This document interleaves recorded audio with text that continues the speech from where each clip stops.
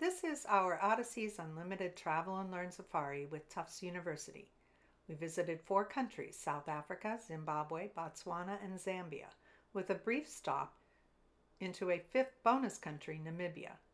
Day 1, we left JFK on Emirates. The first leg was 14 hours from JFK to Dubai, then another 8 hours from Dubai to Johannesburg.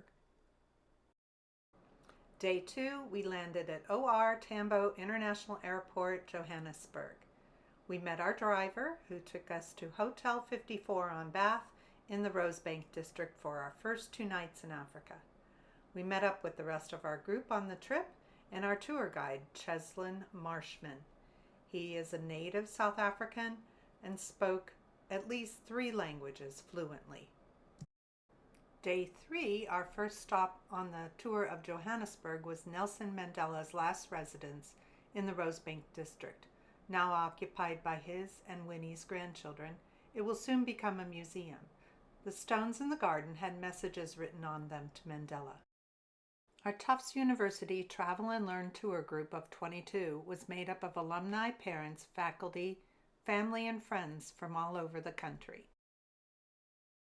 Our Johannesburg guide's name was Phineas. He explained the history of Johannesburg and described how people live in Soweto. And many TV people have these satellite dishes. In fact, with a satellite dish, it's a channel that it's paid for every month. Wow. So it's not that these people have a lot of money, but you don't have a choice. Because our channels, it's only 3 channels on our television, and they have not enough educational programs in those channels. So when we have this one, we have a lot of educational programs. That's for children. There's no right to remove them unless they have an alternative land for them. So now the government will have to do what? Will have to provide them with toilets and running water. For electricity, they make their own plan. Phineas also provided all the information about apartheid, the revolution in 1991, the 1994 elections, and the new constitution. The symbolism of the X's represents the votes cast for the African National Congress, which ultimately elected Mandela as the first black president of the country.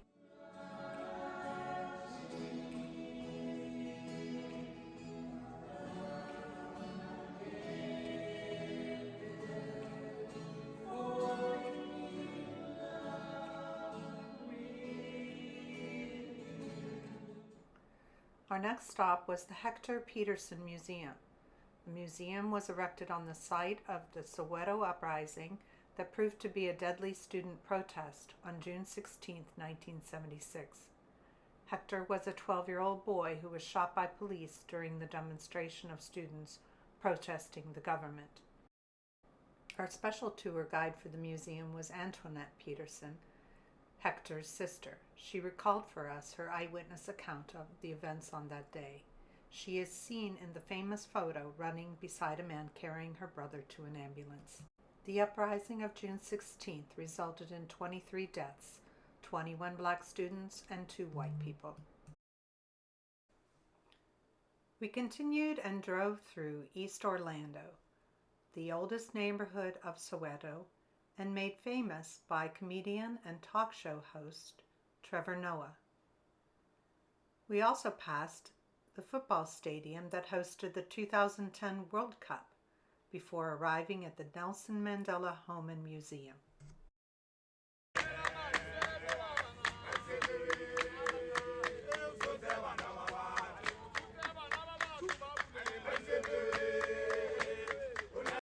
This was the home in which Nelson and Winnie Mandela lived when he was arrested and imprisoned in 1962. Winnie lived, or was actually confined under house arrest here for 27 years until he was released. She was required to be in the house a certain number of hours per day. It is now a museum and memorial. There are patched bullet holes on the wall of the front entrance because the police would repeatedly harass her, drive by in an unmarked car, and frequently shoot at the house. We drove by the home of Bishop Desmond Tutu before stopping for a buffet lunch at this B&B in East Orlando. We were served a buffet of traditional food of dumplings, grits or pop, greens, chicken stew, squash, and beans. Tomorrow we leave for Zimbabwe. Please join us for our next video.